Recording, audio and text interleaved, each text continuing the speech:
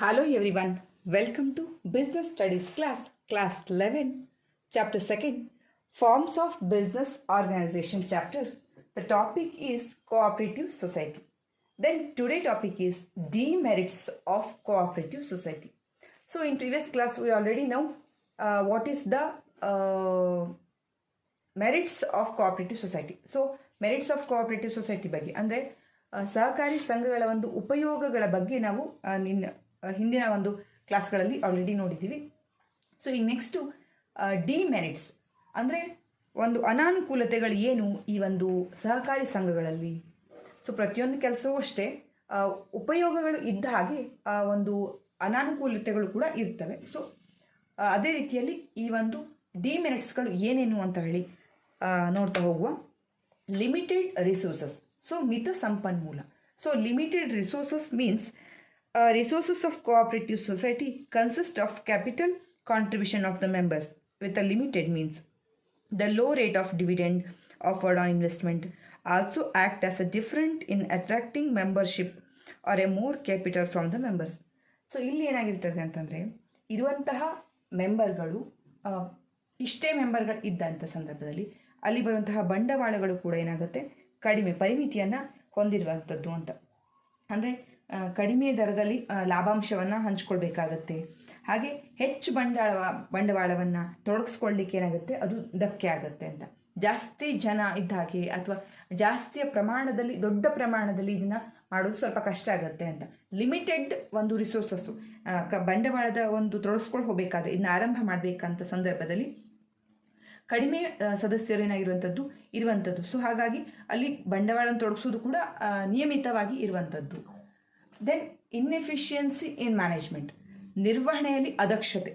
So inefficiency means cooperative societies are unable to attract and employ the expert managers because of their inability to pay them high salaries.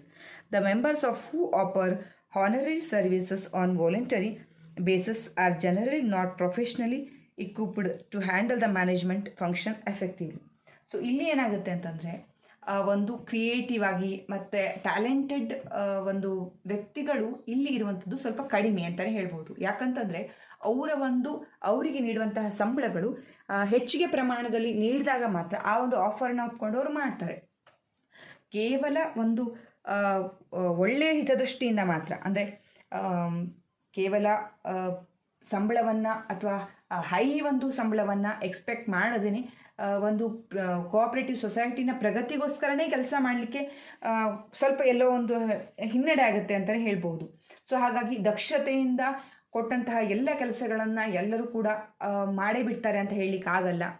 High talented high professionalism ಇಂಥವ್ರನ್ನ appoint ಮಾಡ್ಕೋಬೇಕಾದ್ರೆ ಅವ್ರ ನಿರೀಕ್ಷೆಗೆ ಸಂಬಂಧಪಟ್ಟ ಹಾಗೆ ನಾವು ಸ್ಯಾಲರಿನ pay ಮಾಡಬೇಕಾಗತ್ತೆ. ಹಾಗಾಗಿ ಹೆಚ್ಚಿಗೆ ಪ್ರಮಾಣದಲ್ಲಿ ಇಲ್ಲಿ ಇನ್ಎಫಿಷಿಯನ್ಸಿ ಆಗುವಂಥ ಸಂದರ್ಭಗಳು ಹೆಚ್ಚಿರುತ್ತೆ ಅಂತ. ಮ್ಯಾನೇಜ್ಮೆಂಟಲ್ಲಿ ನಿರ್ವಹಣೆ ಮಾಡೋದು ಸ್ವಲ್ಪ ಕಡಿಮೆ ಪ್ರಮಾಣದಲ್ಲಿ ಅಸ್ತವ್ಯಸ್ತವಾಗಿರುವಂಥ ಸಂದರ್ಭಗಳು ಕ್ರಿಯೇಟ್ ಆಗಬಹುದು ಅಂತ. Then lack of secrecy. So lack of secrecy means as a result of open discussion in the meetings of members as well as a disclosure obligations as per Societies Act 7.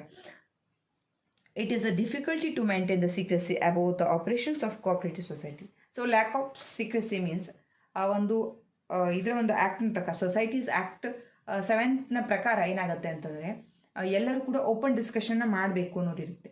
ಹಾಗಾಗಿ ಈ open discussion ಮಾಡಿದಾಗ ಎಷ್ಟೇ ಮೆಂಬರ್ಗಳು ಗೌಪ್ಯತೆಯನ್ನು ಕಾಪಾಡ್ಕೋಬೇಕಾ ಅಂತ ಇದ್ರೂ ಕೂಡ ಅದೇನಾಗುತ್ತೆ ಅಂದರೆ ಅಲ್ಲಿರುವಂತಹ ಸದಸ್ಯರ ಒಂದು ಓಪನ್ ಡಿಸ್ಕಷನ್ನು ಅದು ಹೊರಗಡೆ ಹೋಗಿ ಅಂದರೆ ಸ್ವಲ್ಪ ಒಂದು ಸಂಸ್ಥೆಯ ಒಂದು ಇದರಲ್ಲಿ ಗೊಂದಲ ಆಗುವಂಥ ಸಂದರ್ಭಗಳು ಕ್ರಿಯೇಟ್ ಆಗಬಹುದು ಅಂತ.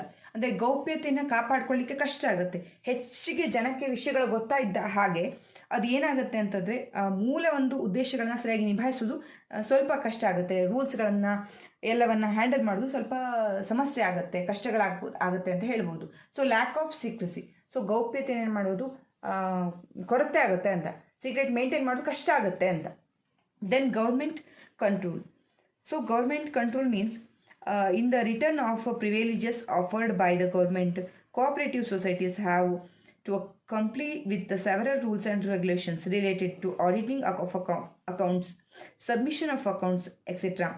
So, interference in the functioning of the cooperative organization through the control exercised by the state of cooperative departments also negatively affect in the freedom of operations. So ಇಲ್ಲೇನಾಗುತ್ತೆ ಅಂತಂದರೆ ಟ್ಯಾಕ್ಸ್ಗಳಿರ್ಬೋದು, ಲೋ ಇಂಟ್ರೆಸ್ಟಲ್ಲಿ ಸಾಲಗಳನ್ನು ನೀಡೋದಿರ್ಬೋದು, ಇಂತಹ ಒಂದು ಸಹಕಾರವನ್ನು ಗೌರ್ಮೆಂಟ್ ಕೊಟ್ಟಲ್ಲಿ ಅಲ್ಲಿ ಏನಾಗುತ್ತೆ ಅಂತಂದರೆ ಈ ಆಡಿಟಿಂಗನ್ನು ಮಾಡಿಸಲಾಗತ್ತೆ. ಸೊ ಸರ್ಕಾರದ ಹಲವಾರು ರೂಲ್ಸ್ ಆ್ಯಂಡ್ ರೆಗ್ಯುಲೇಷನ್ಸ್ಗೆ, ನಿಯಮಗಳಿಗೆ ಇವು ಬದ್ಧವಾಗಿ ಇರುವಂಥದ್ದು.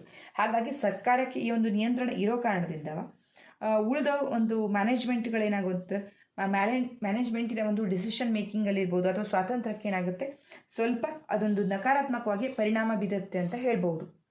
ಸೊ ಇಲ್ಲಿ ಸ್ವತಂತ್ರವಾಗಿ ಮೆಂಬರ್ಸ್ಗಳಿರ್ಬೋದು, ಅಲ್ಲಿರುವಂತಹ ಒಂದು ಕಮಿಟಿ ಇರ್ಬೋದು, ಅವುಗಳ ಡಿಸಿಷನ್ಸನ್ನು ಮಾಡೋದಲ್ಲಿ ಎಲ್ಲೋ ಗೌರ್ಮೆಂಟಿನ ಹಸ್ತಕ್ಷೇಪ ಇರುತ್ತೆ ಇಲ್ಲಿ. ಹಾಗಾಗಿ ಅವರ ಸ್ವಾತಂತ್ರ್ಯಕ್ಕೆ ಸ್ವಲ್ಪ ಸಮಸ್ಯೆ ಆಗುತ್ತೆ, ಧಕ್ಕೆ ಆಗುತ್ತೆ ಅಂತ ಹೇಳ್ಬೋದು. So this also one of the advantage of cooperative society. Then difference of opinion. So difference of opinion means internal quarrels arising as a result of contrary viewpoints may lead to difficulties in the decision making.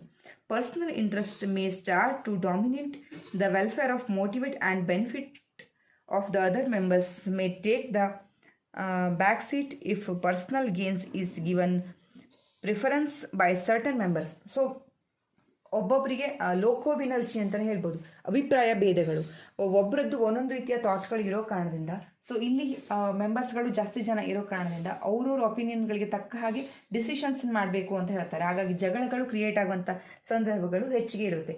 ಹೆಚ್ಚಿಗೆ ಜನ ಇದ್ದಾಗ ಹೆಚ್ಚಿಗೆ ಜನ ಮಾತಾಡ್ತಾ ಹೋಗ್ತಾರೆ, ಹೆಚ್ಚಿಗೆ ಜನ ಅವ್ರವ್ರ ಡಿಸಿಷನ್ಗಳನ್ನೇ ಮಾಡಬೇಕು ಅನ್ನೋದು ಒಂದು ನಿಲುವುಗಳು ಹೆಚ್ಚಾಗ್ತಾ ಹೋಗುತ್ತೆ. ಹಾಗಾಗಿ ಜಗಳಗಳು ಆಗುವಂಥ ಸಂದರ್ಭಗಳು ಹೆಚ್ಚಿಗೆ ಇರುತ್ತೆ, ಅಭಿಪ್ರಾಯಗಳು ಬೇರೆ ಬೇರೆ ಇರೋ ಕಾರಣದಿಂದ. ಹಾಗಾಗಿ ಇದು ಕೂಡ ಒಂದು ಡಿಮೆರಿಟ್ಸ್ ಅಂತಲೇ ಹೇಳ್ಬೋದು.